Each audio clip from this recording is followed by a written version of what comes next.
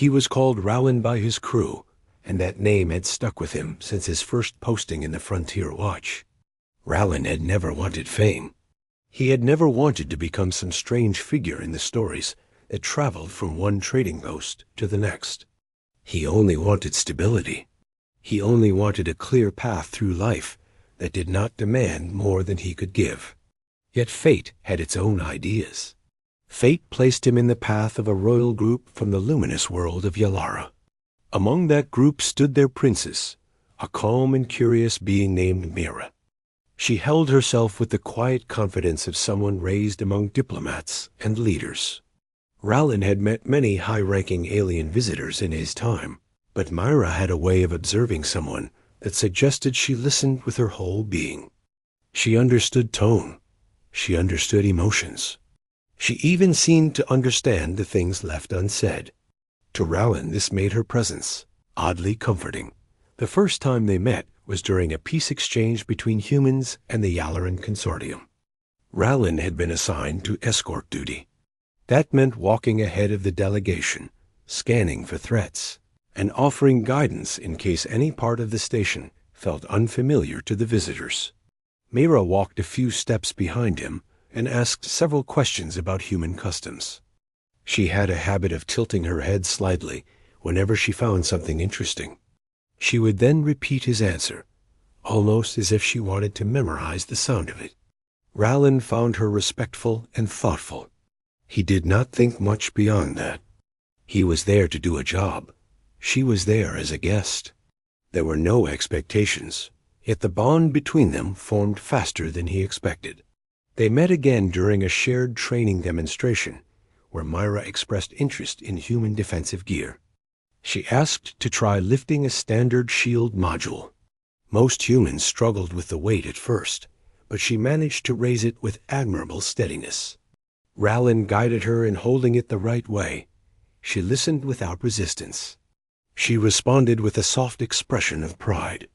Something in that moment made the crew around them exchange knowing looks.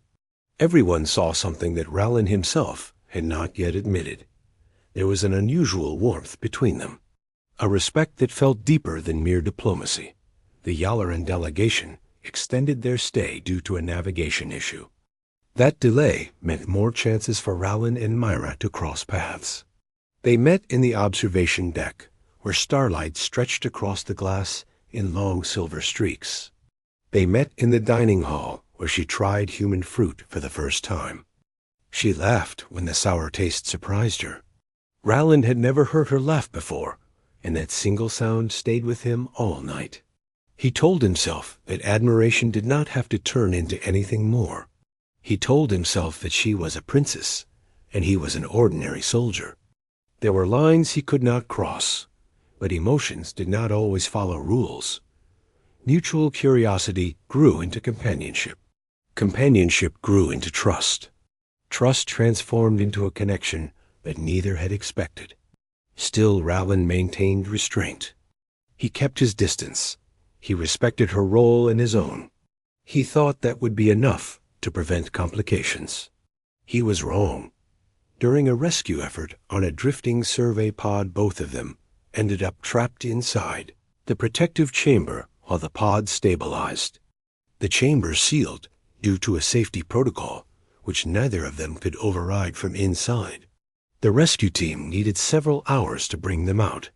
Inside the chamber, the temperature fluctuated and the atmosphere levels shifted. The Yalaran body reacted to certain atmospheric changes in ways that humans found hard to predict. Mira explained that her species had a rare biological state triggered by a specific combination of stress and environmental factors. She expressed fear that the shift might affect her in ways she could not fully control. Rowland reassured her. He stayed calm. He spoke softly to help stabilize her breathing. They held hands only to maintain emotional steadiness in the enclosed space. What neither of them realized was that this combination of close proximity, atmospheric shift, and Yalaran biological response created a fusion effect recognized by her species as a binding link. To humans, it would resemble a genetic resonance event. The moment passed quietly. Neither of them felt anything strange at first. To Rowland, it was simply an effort to keep her safe. When the rescue team opened the chamber, hours later, both walked out looking exhausted but unharmed. Mara expressed gratitude. Rowland smiled at her relief. Neither suspected that anything unusual had taken place. No one expected what would come after. 2 weeks later, the Yalaran delegation prepared to leave. Myra approached Rowland and asked if he could meet her in the quiet garden dome. He agreed without hesitation. She stood waiting among the glowing plants that illuminated the dome with soft blue light. She seemed nervous. Her hands were clasped. Her gaze shifted downward. She explained that her inner healers had examined her. They found that the binding effect had generated a seed of life. In other words, she was expecting. The moment she said it, Rowland felt the world shift. He thought he had misheard her. She repeated the news. Her voice trembled, but her expression held an unmistakable warmth. Rowland felt shock, concern, confusion. He also felt responsibility, not the kind forced on someone. A responsibility that came from knowing that another life had begun because of something neither of them had intended. He apologized at once, though he did not know how to frame the situation. Mayra stepped forward and shook her head gently. She said she did not blame him. She said it was a sacred event among her people, and that the fact it involved a human was unprecedented. She added that she felt no fear, only calmness and something close to joy. Her eyes glimmered as she spoke, and for the first time Rowland realized that she saw the event not as a crisis, but as a beginning. The news traveled through both governments. The humans panicked first. Their officials insisted on multiple examinations and cross-checks. They feared political consequences or diplomatic backlash. Yet the Yalarans reacted with serene excitement. They believed this event symbolized unity between the two species. They celebrated Myra with songs of renewal.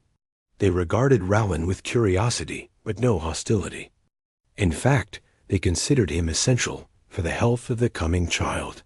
The situation that Rowland once feared would become a scandal had turned into something hopeful. Myra returned to her world carrying the future heir, and Rowland was invited to stay for diplomatic integration. Her world shimmered with crystalline landscapes. Buildings curved like flowing rivers of light. Everywhere Rowland walked, he felt dozens of eyes on him. These were not eyes filled with judgment. They were filled with wonder. He had become part of their history. He had become part of their royal family's next chapter. Myra grew happier with each passing cycle. Her glow brightened. Her movement softened. She often asked Rowland to walk with her through the radiant gardens where the plants shifted colors in response to emotional presence. When she laughed, the leaves near her turned a soft rose tone. Rowland would watch that color bloom around her like a gentle halo. He found himself smiling more often, not because he understood everything happening around him, but because Myra's happiness made him feel grounded and calm in ways he had never known. The healers told him that the child developing within her carried traits from both species. They said it would be strong and sensitive to emotional wavelengths. They said it would be capable of bridging differences between cultures. Rowland listened with awe because the thought that his existence contributed to something so meaningful humbled him. He felt no pride, only gratitude. One day, while walking along the crest of the crystalline ridge, Myra paused and looked at the horizon where the twin suns cast long golden trails across the landscape. She placed a hand over her heart. She told Rowland that before meeting him, she had lived in a constant cycle of duty. She had been raised with expectations. She had been trained to maintain composure at all times. Even her smiles had been calculated, but now she felt free. She felt joy without pressure. She felt lighter. She said the coming child made her feel more alive than she had ever felt. Rowland listened quietly. He understood the meaning behind her words. She was not simply happy about the child. She was happy about the life forming around them. Rowland asked her once if she regretted anything. Mira laughed softly at the question. She said the universe often created paths without asking permission. She said only a fool would refuse a blessing because it arrived unexpectedly. Her confidence gave him strength. He began accepting his place in this new world without fear. He began seeing himself not as an outsider, but as someone shaping the future of two civilizations.